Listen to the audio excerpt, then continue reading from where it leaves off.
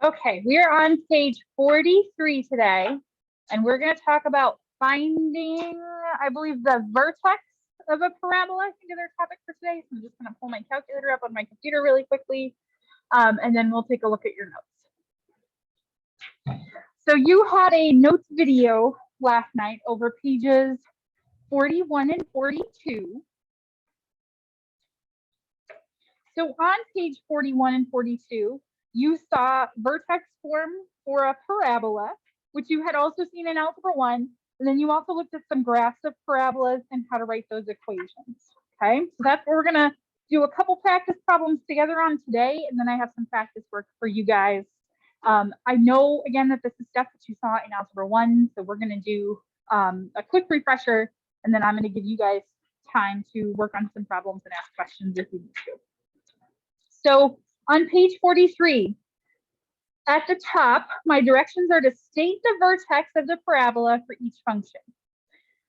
This is vertex form, okay, which you saw in your notes video. This is vertex form. So when I have vertex form, I'm going to look at the h and k values to determine my vertex.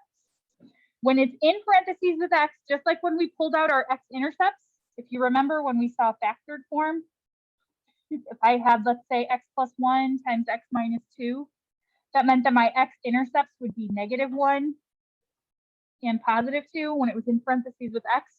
To pull it out, that key feature, we had to change the sign. Same idea here. So for my vertex, this would be -1, comma, -7. Number 2, also in vertex form, same idea. I'm going to pull out the h and k to make my vertex. So this would be +3, comma, 4. Questions for me so far? Okay. Number 3 doesn't look exactly like our other two vertex forms. I don't see x in parentheses with anything squared. So what would be that x coordinate for our vertex if I don't see anything there? 0, yeah. So it could have been x plus 0 or x minus 0. Since it's a 0, the sign isn't important. My vertex will be 0, comma, 1/4. And then for number 4, again, we've got vertex form here. This would be 3, comma, -3. Questions for me so far? Okay. The bottom half of the page, we're going to write a function in vertex form to describe the quadratic that we have represented. So we've got 3 graphs in a table. I want to make sure on my graph that I'm sort of matching the shape of the parent function. I'll need to change that a value, make it negative if we're upside down, maybe change the scale if my scale is different than the parent graph, and I need to know the vertex, since I'm going to write vertex form. So the first thing I'm going to do is identify the vertex. So on number 5, here's my vertex. Is at the point 1, 2, 3, 4, 5, comma 0. And then I'm opening down. So that means my a value, my lead coefficient, is going to be negative. Now the scale hasn't changed. To get to my next nice point, I'm going 1 over and 1 out. So it's just going to be -1. So my vertex form here would be y equals negative x minus 5 squared, okay, plus 0. And you could write the plus 0 or not. So this would also be acceptable vertex form right there. Or you can add on the plus 0 since our y coordinate is 0. So I found the vertex. I plugged those vertex values into vertex form. And then I said, because this opens upside down, my lead coefficient needs to be negative. Questions for me on number 5? Okay, let's take a look at 6. For 6, we have a table. So when I want to identify the vertex in a table, I'm going to look at those y values. I should have y values that match. So I'm going to look for some matching y values. If I look at the sort of extreme list values in my table here, I've got 6s And then I'm going to follow those in to 3s, and then I follow those in again, and I found the vertex. So in my table, I can find the vertex by looking for matching values and following them to the center. So there's my vertex. And then if I were to sketch a little picture here, my vertex is at 0, 2, and then my next point forward is at 1, 3. 1 point to the other side of the vertex would be -1, 3.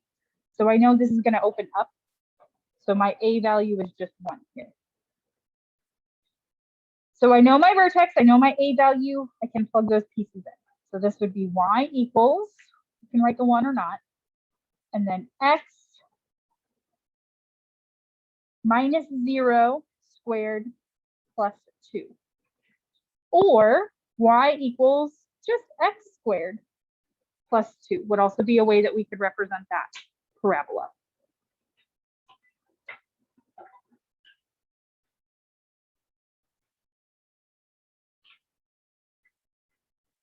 Questions for me on the table?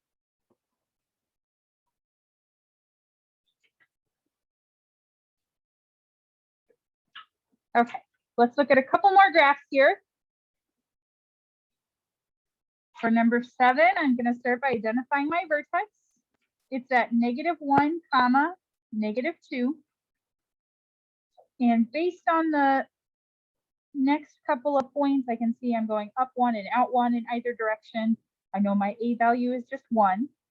We're opening up, so it's positive. So I'm going to plug my X and Y coordinates for my vertex into vertex form. This would be Y equals X plus 1 squared minus 2.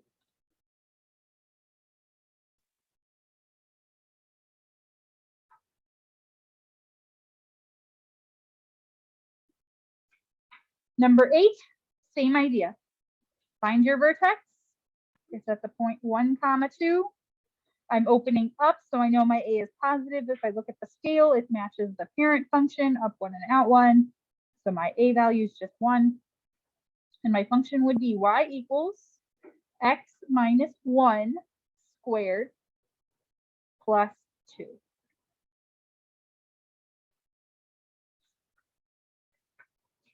Questions for me for today?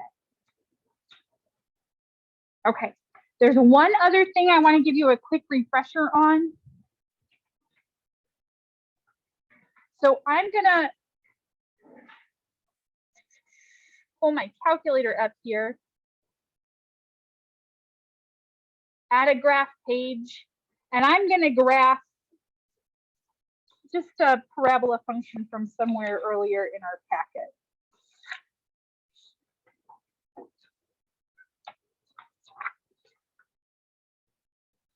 Okay, so I found one on page 39. I just want you to know I'm getting this from your packet. You don't need to flip to page 39. But we had a quadratic function on there that looks like this. Okay, this is what was in my packet. I typed it into my calculator on a graph page. I'm going to hit enter to graph it. And I believe we looked at this problem yesterday as well. So if I want to find the vertex of this from my graph, I don't need to guess. I can just find that this will be a maximum. My vertex is up here somewhere. I can tell by the slants on the sides. This will be up here somewhere. It's a maximum. So I'm going to go to menu, analyze graph, maximum. And when I'm finding a maximum, remember, I don't need to adjust the zoom. My calculator will do that for me. Notice I'm also not trying to land on wherever I think the vertex might be. I'm clicking definitely on one side, definitely on the other, and I'm letting my calculator do that work for me. Okay, so there's my vertex. If I want to add another function, I can hit the tab key and I can type in another function. I'll type in another 1.5 x plus 4 squared. And then I've got another parabola here. If I don't like the view I'm getting, remember menu, window zoom can zoom me in or out. Remember from Algebra 1, we spent like an entire day doing nothing but zooming in and zooming out. So remember that you have this zoom fit option here to get a decent picture of some of your larger polynomials. And you can also, if I think that's too far out, I can zoom in a little bit. Okay. And then if I want to find the vertex for this parabola, again, I don't need to guess. I'm going to hit the menu key, go down to Analyze Graph, and tell it to find that minimum, since in this case, it's a minimum. Since I've got more than one graph here, it's asking me which graph do you want to find the minimum of. So I'm going to click on the red one, and then it gives me that dashed line so I can click on either side. And there's my vertex. Okay, and I know we looked at this yesterday, but I wanted to give you some reminders, some refreshers, in case you need your calculators as you're working today. Questions for me? Okay, so for the rest of class, you have one assignment on Khan Academy and one assignment on Delta Math. It's very basic stuff over parabolas, and you're going to see some vertex form things in there. Okay.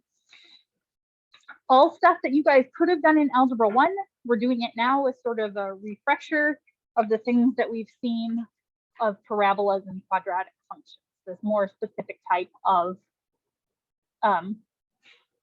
polynomial function. Okay, so one con and one delta.